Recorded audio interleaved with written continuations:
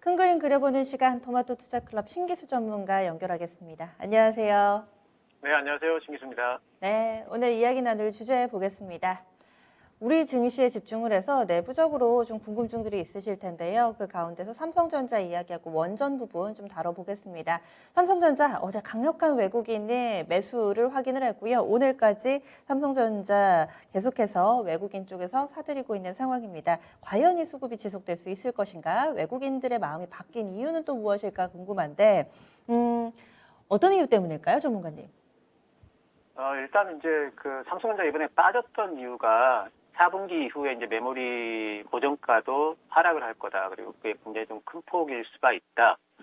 이런 이제 그 리포트 때문에 이제 빠지기 시작했었죠. 이제 그런 데 대한 것들이 이제 가격에 이미 좀 선반영된 부분들이 좀 있습니다. 이제 많이 빠졌기 때문에 그리고 이제 그 폴더블폰 시장과 관련해 가지고 지금 이제 뭐 너무 잘 팔려 가지고 어제 같은 경우에는 삼성전자가 뭐 이제 특단의 조치 이래서 증설을 또 얘기를 했지 않습니까? 그 정도로 오늘 뭐 폴더블폰 관련주들도 요즘에 이제 굉장히 좀 잘들 올라가고 있는데 이렇게 폴더블폰 시장의 확장세가 상당히 좀 강한데 폴더블폰 쪽에서는 어쨌든 애플보다도 삼성전자가 지금 선두 주자죠.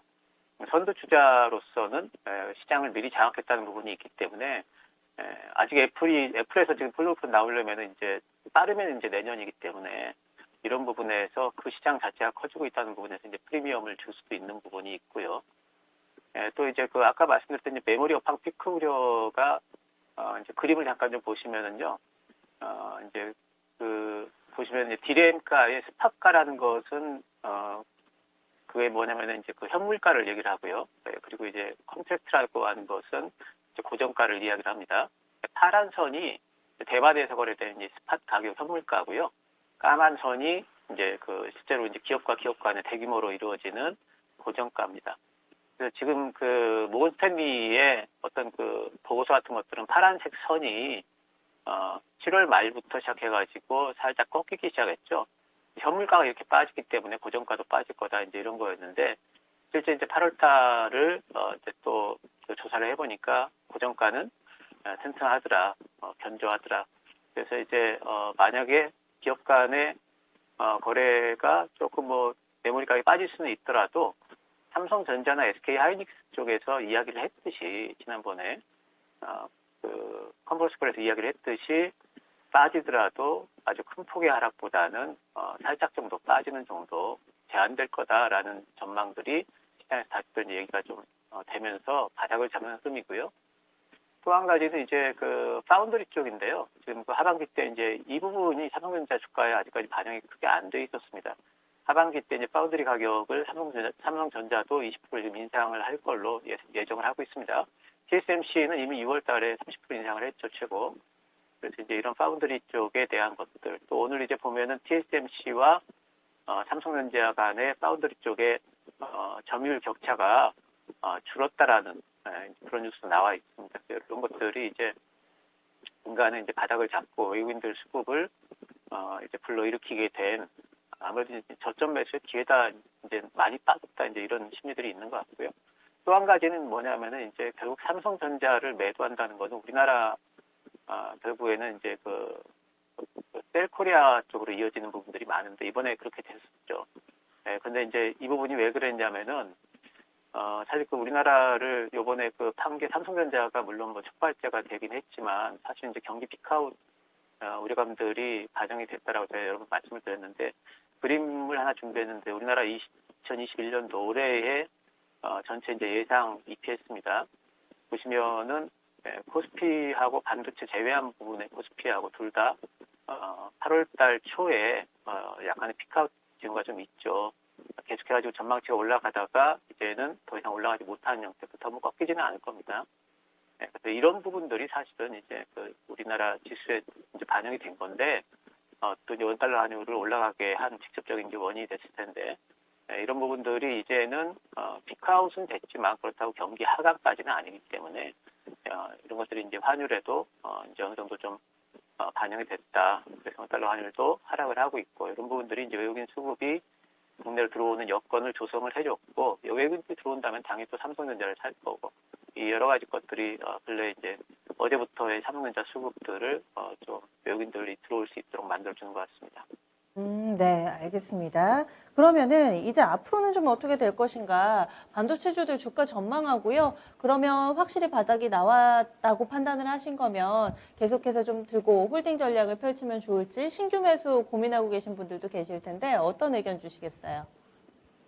네, 일단 삼성전자가 이제 외국인들 수급이 들어오고 바닥 잡는 모양새는 나오지만은 그렇다고 해서 급반등이 나오지는 못합니다. 왜냐하면 이제 4분기 때부터 이제 고정가가 이제 빠질 걸로 생각들을 하고 있기 때문에 거기에 대한 이제 우려감들은 여전히 있는 거고요. 단지 이제 그게 주가에 반영이 됐다 뿐이죠. 기간 조정이 어느 정도 필요하고 특히 이제 82,000원대가 지금 이제 그 저항대가 강하기 때문에 반등이 나오더라도 아마 이제 거기를 뚫으려면은 상당 기간 좀 기간 조정이 필요할 겁니다. 하지만은 이제 외국인 수급이 들어오고 있고 이제 그 오늘 내일 중으로 이제 21선을 회복을 하게 되면은 이번에 그 바닥 저점에 대한 신뢰는 상당히 좀 높아진다 이렇게 보입니다.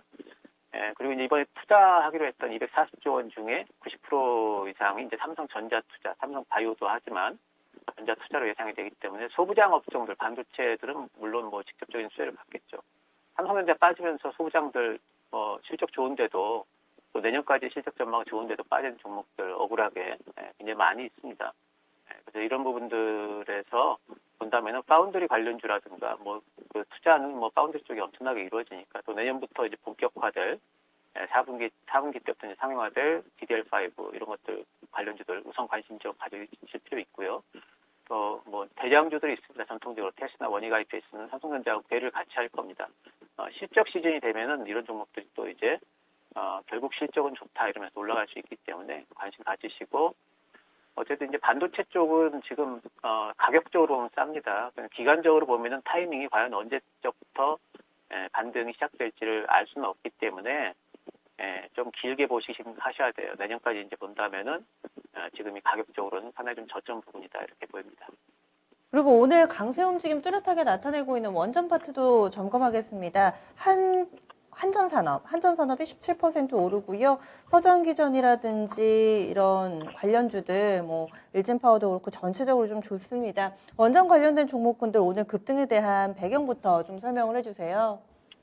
예, 이제 원전 관련주들이 지난번에 이제 급등을 할 때는 이제 아무래도 이제 여러 가지 기대감들이 있었지만은 아무래도 대선 이제 관련된 기대감들이 있었고 그때 급등을 할 때 또 이제 그 두산중공업 같은 경우에는 실적 관련된 기대감도 있으면서 이끌었는데 오늘도 보면 뉴스가 나온 것은 두산중공업 쪽에 소형 모듈 원전 SMR이라고 그러죠.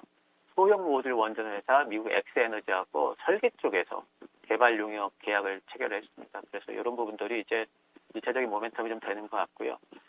근데 이제 이런 부분뿐만 아니라 이제 뭐 한전산업, 보성파워, 또 우리기술 이런 것들이 이제 테마 형태로 같이 움직이고 있죠.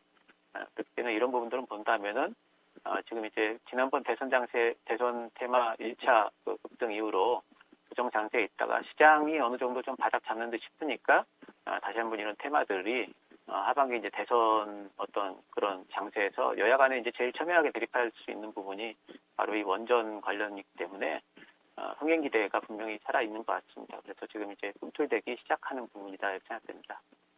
네, 그러면 간략하게 투자 전략도 알려주세요. 예, 이쪽은 테마니까요. 네. 테마 관점에서 접근이 필요하죠. 테마에서는 제일 중요한 게 대장주입니다. 내용상으로는 두산중공업이 대장같이 보이지만은 사실 이제 흐름상으로 본다면 한전산업이 지금 대장이거든요. 한전산업의 흐름이 상당히 좀 중요하고요. 투자를 하실 분들은 한전산업을 늘 보면서 투자를 하셔야 되고 또는 한전산업에 투자를 하시든지 조정 시에 분할 매수 하시든지 뭐 또는 이제 뭐 그런 관점에서 아직까지는 더 올라갈 폭이 있어 보이기 때문에 분할 매수 가능할 것 같고 11월까지는 어쨌든 뭐 변동성은 크겠지만은 우상향 흐름을 어느 정도 좀 예상을 해봅니다. 트레이딩도 할 줄 아셔야 되고 또 비중을 줄였다 늘렸다 뭐 이런 것들도 좀 할 줄 아시는 분들이 접근하셔야 되겠죠. 알겠습니다. 그러면 오늘의 큰 그림 그려주세요. 예, 오늘 양 지수가 코스피와 코스닥이 전체가 전부 다 이제 그 21선 돌파를 했고요. 코스피는 어제 정말 21선과 121선을 둘 다 돌파를 해냈죠. 돌파 후에 이제 숨고르기를 아마 이제 하고 있는 구간 같습니다.